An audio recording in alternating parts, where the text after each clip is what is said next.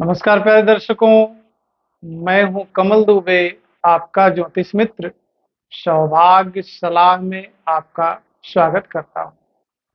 प्यारे दर्शकों, आज आपको विशिष्ट ग्रह के विषय में बताएंगे। विशिष्ट शब्द इसलिए जुड़ा क्योंकि ये ग्रह अगर अपने शुभ स्थान पर रहा तो कोई भी राशि हो, कोई भी लग्न हो, वह हमेशा शुभ फल ही देगा। इसलिए इसका नाम विशिष्ट रखा गया है। किसी भी जातक की कुंडली में इस ग्रह को देख करके यह स्पष्ट किया जा सकता है कि वह जीवन में कितना सफल होगा और उसे कितनी तरक्की मिलेगी। बहुत सारी कुंडलियों का अध्ययन किया जाता है, उसमें कोई बड़े राजयोग नहीं होते, फिर भी वह व्यक्ति अपने जीवन में खूब सफल होता है। तो उसका कारण होता है विशिष्ट ग्रह का सही स्थान पर विराजमान होना।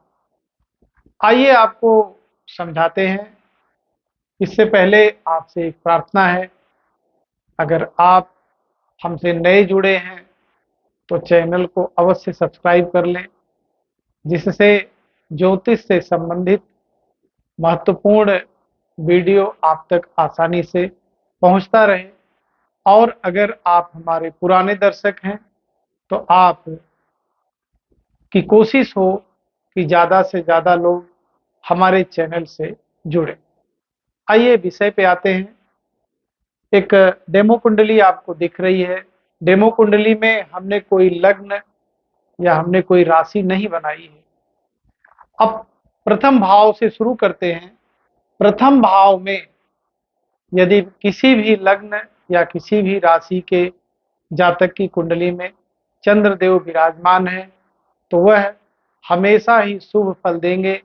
ऐसा व्यक्ति जीवन में तरक्की करेगा, विकास करेगा और मन स्थिति उसकी बहुत मजबूत होगी। वह अपने मन के बल पर हर प्रकार के सुख सुविधाओं को प्राप्त कर लेगा। इसी प्रकार से दूसरे भाव में केतु देव विराजमान होते हैं तो ऐसे व्यक्ति के जीवन में आकस्मिक धन लाभ की कई बार संभावनाएं बनेंगी और जीवन में कई बार एकाएक उसे धन दौलत की प्राप्ति हो सकती है। इसी प्रकार से तीसरे भाव में शनिदेव विशिष्ट राजयोग कारक हो जाते हैं, विशिष्ट योग कारक हो जाते हैं। शनिदेव के प्रभाव से व्यक्ति का पराक्रम, व्यक्ति का परिश्रम बहुत अच्छा होता है और वह जो भी परिश्रम करता है उस परिश्रम का उसे लाभ अवश्य होता रहता है। शुक्रदेव चौथे भाव में विराजमान होते हैं तो यहाँ विशिष्ट योग कारक ग्रहों में आते हैं। यहाँ से व्यक्ति के जीवन में हर प्रकार की सुख सुविधाएं, सांसारिक सुख साधन सब कुछ सहज ही उपलब्ध हो जाते हैं क्योंकि शुक्रदेव इसके कारक हैं। पांचवें भाव में बृहस्पति देव शिक्षा, संतान और भाग्य के कारक हैं।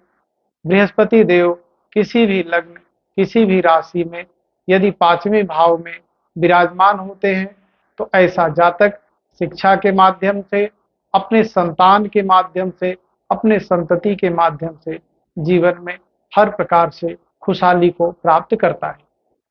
शनिदेव यदि छठे भाव में विराजमान है तो सबसे अच्छा प्रभाव शनिदेव का छठे भाव में ही रहता है। ऐसे जातक जीवन में खूब तरक्की करते हैं और उन्हें पब्लिक सेक्टर में बहुत अच्छा सहयोग मिलता है। पब्लिक का, लोगों का बहुत अच्छा सहयोग मिलता है और सहयोग के माध्यम से वह व्यक्ति जीवन में अच्छा खासा तरक्की करता है। इसी प्रकार चंद्रमा और शुक्र इस सातवें भाव में अति विशिष्ट कारक ग्रह के रूप में होते हैं। ऐसा जातक जीवन में रोज की जो इनकम है वह ठीक ठाक तो उसकी रहती है, विशेष करके यदि वह पुरुष है तो उसकी स्त्री बहुत ही सुंदर और बहुत ही सुशील होती है। उसके जीवन के हर विकास में उसका पूर्ण सहयोग रहता है। और अगर कोई स्त्री है तो उसका पति जो है वह बहुत ही उसके लिए सपोर्टिव होता है, सहयोगी होता है। और विवाह के बाद से ऐसे जोड़ियां जो है वो ठीक ठाक तरक्की और विकास करती हैं। केतुदेव 8वें भाव में विशिष्ट कारक ग्रह हो जाते हैं। यहाँ केतुदेव विराजमान होकर के ऐसे जातक को पूर्ण आयु के साथ साथ आकस्मिक धन लाभ की स्थिति भी जीवन में कई बार उत्पन्न कर देते हैं। गुरुदेव 9वें भाव में विशिष्ट कारक ग्रहों में आते हैं। ऐसा व्यक्ति भाग्यशाली होता है और भाग्य के माध्यम से जीवन में हर प्रकार के विस्तार और हर प्रकार के विकास को करता है।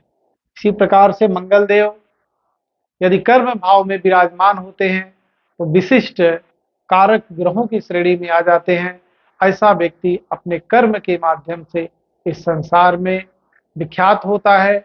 उसका कर्म इतना सुंदर होता है कि जो भी उसको कार्य मिलता है वह बहुत ही ईमानदारी और बहुत ही सफाई के साथ करता है, जिसकी वजह से उसका सम्मान हर क्षेत्र के लोग करते हैं।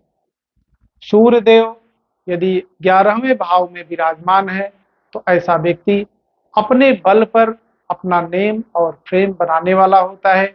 जीवन में अपने परिवार से हट करके कुछ अलग से नाम बनाता है, क्योंकि सूर्य देव यहाँ पर विशिष्ट कारक ग्रह हो जाते हैं। ऐसा व्यक्ति सरकार से, सरकारी नौकरी से, मंत्री पद से, इलेक्शन के माध्यम से, हर प्रकार से जिस क्षेत्र में भी रहता है तरक्की करता है और विकास को करता है। उसी प्रकार से 12वें घर में शुक्रदेव विशिष्ट कारक ग्रहों की श्रेणी में आते हैं। अगर शुक्रदेव का संबंध 12वें घर से बनता है तो ऐसा व्यक्ति ऐश्वर्य को भोगता है, सुख को भोगता है और आधुनिक सुख संसाधन के ऊपर सबसे ज्यादा खर्च करता है। ऐसे जातक के जीवन में खूब धन दौलत की स्थिति बनती है और वह खर्च भी खूब करता है। प्यारे दर्शकों, आप भी देखिए कि आपके कुंडली में कितने ग्रह विशिष्ट योग कारक हैं। अगर विशिष्ट योग कारक ग्रह दृष्टि में भी अपने घर को देखता है तो वह उस घर के शुभ प्रभाव में वृद्धि कर देता है, शुभ प्रभाव को बढ़ा देता है। प्यारे दर्शकों, कुंडली अध्ययन करते समय इन ग्रहों की स्थिति को भी देखना बहुत ही जरूरी होता है, क्योंकि जब तक इन ग्रहों की स्थिति को आप नहीं देखेंगे तब तक किसी भी जातक का सही आकलन करने में आपको परेशानी होगी या आपका विश्लेषण गलत होगा। फिर ऐसे ही एक महत्वपूर्ण विषय पे आपसे चर्चा करेंगे। आप सभी दर्शक हमसे जुड़े, आप सभी का बहुत बहुत धन्यवाद।